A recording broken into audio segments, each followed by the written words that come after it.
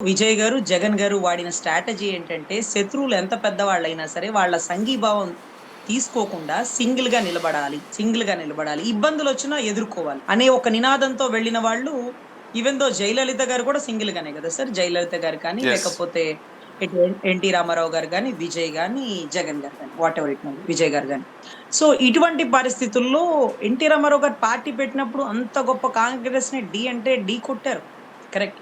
కానీ ఎక్కడ కూడా వాళ్ళతో, వీళ్ళతో ఇవంతా కూడా కమిట్మెంట్స్ లేవు సార్.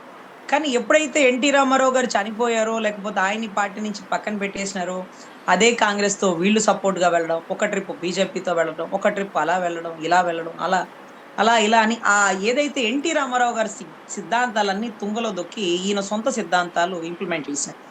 దానివల్ల ఇతని గెలుపుకు అవసరమైతే ఒక వ్యక్తిని వాడుకుంటారు. గెలిపించిన తర్వాత ఆ వ్యక్తిని పక్కన పడేస్తారు.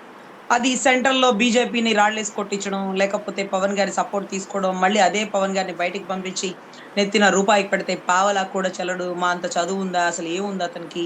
అని ఒక వ్యంగ్యపరచడం, తన కుటుంబాన్ని రోడ్డుకి లాగడం, ఇవన్నీ ఈక్వేషన్స్ చూసాం. ఈరోజు విజయ్ గారు వాడిన స్ట్రాటజీ, ఎన్టీ రామారావు గారు వాడిన స్ట్రాటజీ ఏదైతే ఉందో, అదే మాదిరిగా జగన్ గారు వాడినటువంటి స్ట్రాటజీ. ఎన్టీ రామారావు గారు ఉన్నప్పుడు శత్రువు ఒక కాంగ్రెసే ఉండేది. కానీ ఎప్పుడైతే జగన్ గారి టైంలో శత్రువులు అంటే వివిధ పార్టీల వారు. అంటే సపోజ్ జనసేన, సెంట్రలో, టీడీపీనో, కాంగ్రెసో ఇలా ఎంతమందొచ్చినా అతను సింగిల్‌గా ఫేస్ అయ్యాడు. 16 నెలలు జైల్లో ఉన్నాక జగన్ అనేవాడు వణికిపోతాడు. బీజేపీతో కలిపేస్తాడు. లేకపోతే జగన్ అనేవాడు వణికిపోతాడు. రాజకీయాలు చేయడు. లేకపోతే జగన్ అనేవాడు వణికిపోతాడు. 2 అడుగులు తగ్గి వెనక్కి వెళ్తాడు. ఈ ఈక్వేషన్స్ అన్నీ దెబ్బ కొడుతూ ఇంకా బలంగా పుంజుకొని బయటికి వచ్చి తన అభ్యర్థులు ఎవరినో జైల్లో ఉండగా ఎంపిక చేసుకొని ఎలక్షన్ చేసి ప్రతిపక్ష పాత్రని పోషించి మళ్ళీ ఎలక్షన్ చేసి మళ్ళీ సింగిల్ గానే వచ్చి ఈసారి అప్పుడు సపోర్ట్ చేసినటువంటి తల్లి చెల్లి సహాయం కూడా లేకుండా ఒకానొక టైంలో ప్రభుత్వాన్ని కూడా ఫామ్ చేసేసినాడు చూడండి. అందుకనే ఒక్కొక్క టైంలో విజయ్ గారు జగన్ గారి ఫోటోని చూపించినారు. అంటే దానర్థం జగన్ గారి ఫోటో ఎందుకు చూపించినారు అంటే, అక్కడ ఉన్న అభిమానులు అనుకుంటారు, చెప్తున్నాడురా నన్నెంత ఇబ్బంది పెట్టినా, నన్నెన్ని సార్లు జైల్లో పెట్టినా, నన్నెంత అవమానపరిచినా, నా నుంచి నా కుటుంబాన్ని దూరం చేసినా నేను సింగిల్ జంగిల్లో సింహం ఒక్కటే సింగిల్ గా వెళ్ళిద్ది. మిగతా జంతువులన్నీ గుంపులుగా వెళ్తాయి. కానీ ఏదొక రోజు king of the jungle line ఒక్కటే అవుతుంది. అంటే ఒక సింగిల్ అనే వ్యక్తి ఎప్పటికైనా ఒక కింగ్ అవుతాడు. King of the jungle single గా ఉండే సింహం, సింగిల్ గా ఉండే లైన్ తో. ఆ కంపారిజన్ చూడండి. ఒంటరిగా ఉంటే నువ్వెలా సింహం అవుతావు? నువ్వెలా గెలవగలుగుతావు? అబ్బా నిలబడతాను, తలబడతాను, ఏదో ఒక రోజు నేను అనుకున్న లక్ష్యాన్ని సాధిస్తాను. కానీ మీరు గమనిస్తే విజయ్ గారిని ఓపెన్ గా మనం మాట్లాడుకుంటే కాంగ్రెస్ పార్టీ కలుపుకోవడానికి ఎంతో ప్రయత్నించింది. ఇక బీజేపీ అయితే పెద్ద ప్రముఖుల్ని కూడా పంపించి మాతో కలిసి ప్రయాణం చేయి, మా ఉనికి కూడా ఉంటుంది నీతో, లేకపోతే నిని గెలుపుకి కారణం అవుతాం మేము అంటూ సమీకరణాలు తీసుకుందాం. తగ్గల. ఓహో తగ్గవా అంటూ తన కుటుంబాల్లో విషయాలని హైలైటెడ్ చేసినారు. అది ఓకే. మనలో బలం ఉంటే కుటుంబ విషయాలు అవన్నీ రాజకీయాలకి ఏమీ ఇబ్బంది ఉండదు.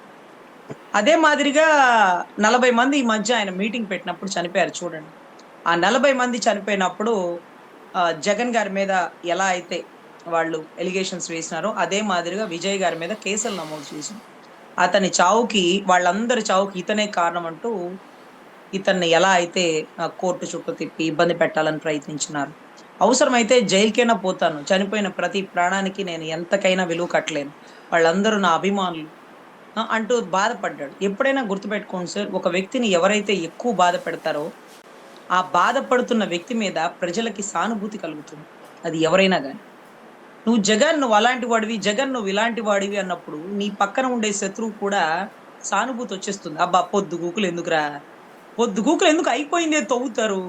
తల్లి, చెల్లి ఏ కుటుంబాల్లో ఉండవు గొడవలు. ఇంక అది తప్ప ఏమీ లేదు అతని దగ్గర అని స్వయాన స్వయాన ప్రభుత్వంలో ఉన్నటువంటి కొంతమంది కీలకమైన నాయకులే జగన్ గారి గురించి మాట్లాడుకుంటున్న సందర్భాలు.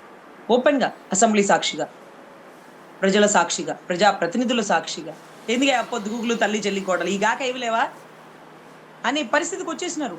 నువ్వు అవతల వ్యక్తిని ఇబ్బంది పెడుతున్నావు అనుకుంటే అవతల వ్యక్తి ఏముంటున్నాడు? నేను రాజకీయం చేయాలనుకుంటే ఎన్ని విషయాలు చేయగలను చంద్రబాబు గారు? ఏ కుటుంబంలో ఉండవు తల్లి, చెల్లి ఇబ్బందులు. ఇవన్నీ మాట్లాడుతున్న ప్రతిసారి ఆ వ్యక్తి స్థాయిని మనమే పెంచుతున్నాం. ఆ వ్యక్తి స్థాయిని మనమే పెంచుతున్నాం. కానీ వండర్ ఏంటంటే అదే మాదిరిగా విజయ్‌ని కూడా ఇబ్బంది పెట్టి 40 మంది చనిపోయిన కేసు నీ మీద తీసేయాలంటే నువ్వు బీజేపీతో కలిసి ప్రయాణం చెయి. నువ్వు కాంగ్రెస్‌తో కలిసి ప్రయాణం చెయి. సెంట్రల్‌లో రాహుల్ గారి దీవెనలుంటాయి. ఆ సెంట్రల్‌లో బీజేపీ వాళ్ళ దీవెనలు, మోడీ గారి దీవెనలు, అమిత్ షా గారి దీవెనలు. అయ్యా నాకెవ్వరి దీవెనలు వద్దు. నన్ను నమ్ముకున్న జనం, నాకు ఓటైపోయే జనం వీళ్ళ దీవెనలే కావాలి అంటూ ఓపెన్‌గా నటిస్తున్నాడు విజయ్. అవును నటిస్తాను. అది నా ప్రొఫెషన్. కానీ సినిమాల్లో, రాజకీయాల్లో నన్ను నమ్ముకున్నటువంటి నా జనం కోసం నా ప్రాణాలైనా అర్పిస్తా. ఎంత కష్టమైనా నేను సింగిల్ అన్నాడు చూడండి. అదే అతని గెలుపుకి కారణం. సో ఇక్కడ ఈక్వేషన్స్ కూడా కొంత వేరియేషన్స్ వస్తున్నాయండి. ఇప్పుడు ఈ విజయ్ గారి గెలుపు దెబ్బకి కాపు సామాజిక వర్గ సోదరులందరూ ఆలోచిస్తున్నారు. అదేందబ్బా మనం కూడా అట్టే సింగిల్‌గా ఎళ్లి కొట్టేసి ఉండేవాళ్ళమే. ఈసారి కాకపోతే ఇంకోసారి కొట్టుండేవాళ్ళమే. ఎందుకు పొద్దుగూకులు ఈ సపోర్ట్ ఎందుకు ఇవ్వాలి? ఈ సపోర్ట్ ఎందుకు వెనక్కి తీసుకోవాలి? ఒకటి ఆలోచిద్దాం సార్. ప్రజారాజ్యం పార్టీ చిరంజీవి గారు ఇలాగే కాంగ్రెస్‌ని, తెలుగుదేశాన్ని ఢీకొట్టు విజయ్ లాగే ముందుకు వచ్చినారు. అతను సీఎం అయ్యాడు. ఇతను సీఎం అవ్వలేదు కానీ అంతే పోరాటంతో, అంతే ధైర్యంతో కుంభ స్థలాలను ఢీకొడుతూ బీసీలకి 100 మంది టికెట్లు ఇచ్చి గొప్పగా ఒక ప్రజారాజ్యం పార్టీని స్థాపించారు. ప్రజల రాజ్యం ఇది అంటూ. కానీ ఆ పార్టీ మీద బురద జల్లడానికి టికెట్లు అమ్ముకున్నాడు, సీట్లు అమ్ముకున్నాడు. అతని కుటుంబంలో బిడ్డలు ఇట్లున్నారు, అతను అట్లున్నాడు, అతని తమ్ముడిలా అతని కుటుంబాన్ని మొత్తం రోడ్డుకు లాగేసి అతని మీద రాళ్ళేపిచ్చి, కోడిగుడ్లేపిచ్చి, టమాటాలేపిచ్చి ప్రజల్లో వ్యతిరేకత తెప్పించాలని ప్రయత్నం చేసి ఎంత అవమానపరిచిన వ్యక్తి ఎవరు సార్? అసలు మాకు అర్థం కాలేదు, మాకు ఎలగలేదు. కానీ 2014లో మేము దగ్గరుండి గెలిపించుకున్న వ్యక్తి ఎవరో తెలుసా సార్? ఏదైతే కష్టపడి మేము స్థాపించుకున్నటువంటి కాపు సామాజిక వర్గం నిలబడి బీసీలకి ప్రయారిటీ ఇస్తూ స్థాపించుకున్నటువంటి ప్రజారాజ్యం పార్టీని తుంగలో తొక్కినోడిని 2014లో మేము దగ్గరుండి గెలిపించుకున్నామంటే ఒక తమ్ముడు ఒక అన్నకి ఇచ్చేటటువంటి విలువ ఇదేనా? అప్పుడు మాకు అర్థం కాలేదు సార్. ఇప్పటికీ మాకు అర్థం కావట్లేదు సార్. 2015లో ముద్రగడ పద్మనాభం గారికి సంఘీభావం తెలపడానికి వెళ్తున్నటువంటి చిరంజీవి గారిని ఎయిర్‌పోర్ట్‌లో అరెస్ట్ చేసింది ఎవరు సార్? నిర్బంధించింది ఎవరు సార్? నానా మాటలు మాట్లాడింది ఎవరు సార్? చంద్రబాబు గారు. ఆ చంద్రబాబు గారి మీద పవన్ కళ్యాణ్ గారికి కోపం లేదు. తర్వాత ఆ ప్రజారాజ్యం కుప్పకూలిపోవడానికి, తన అన్న అవమానపడ్డానికి, తన అన్న 10 అడుగులు వెనక్కేయడానికి, తన అన్న ఆ పార్టీని కాంగ్రెస్‌లో విలీనం చేయడానికి కారణమైనటువంటి వ్యక్తులని, దానికి కారణమైనటువంటి ప్రోత్సహించినటువంటి పచ్చ మీడియాని ఈ రోజుకి పెంచి పోషిస్తూ సపోర్ట్ చేస్తూ 2014లో మనం ఎందుకు గెలిపించాం? మనం ఎందుకు అతనికి సపోర్ట్ చేసినాం? అతను ఎవరికి సపోర్ట్ చేస్తున్నాడు? మన ప్రభుత్వం కుప్పకూలిపోవడానికి సపోర్ట్ చేసిన వ్యక్తికి, మన పార్టీని కుప్పకూలిపోవడానికి సపోర్ట్ చేసిన వ్యక్తికి మనం ఎందుకు సపోర్ట్ చేసినాం? ఆ లాజిక్ ఎందుకు మర్చిపోయాం? మాకు తెలీదు సార్. మాకు తెలీదు. కానీ అన్న మీద అంత అభిమానం ఉన్నప్పుడు నమస్కారానికి ప్రతి నమస్కారం పెట్టవా? ఎవరు అనుకున్నావు చిరంజీవి ఒక సీఎం అభ్యర్థి? అవును ఎగ్జాక్ట్‌లీ సీఎం అభ్యర్థి.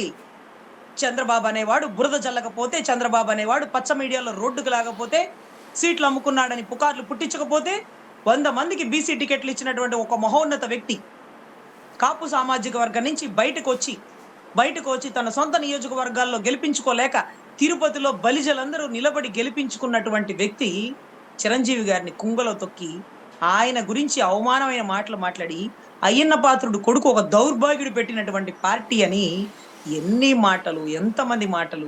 మనకి మీడియా లేదు కాబట్టి ఆ రోజు వాళ్ళ అన్న మాటలన్నీ మనం షూట్ చేసి దగ్గర పెట్టుకోలేదు. కానీ వాళ్ళ అన్న మాటలన్నీ బయట పెట్టుంటే బహుశా పవన్ కళ్యాణ్ గారికి కోపం వచ్చేనేమో. కానీ ఇవన్నీ మనమంటే మీడియాలో చూసుకోవాలి. ఆయన పక్కనే ఉన్నాడు కదా, వాళ్ళ అన్న గెలుపుకి యువరాజ్యంలో ఉన్నాడు కదా. మరి అవన్నీ మీకు తెలీదా అన్న?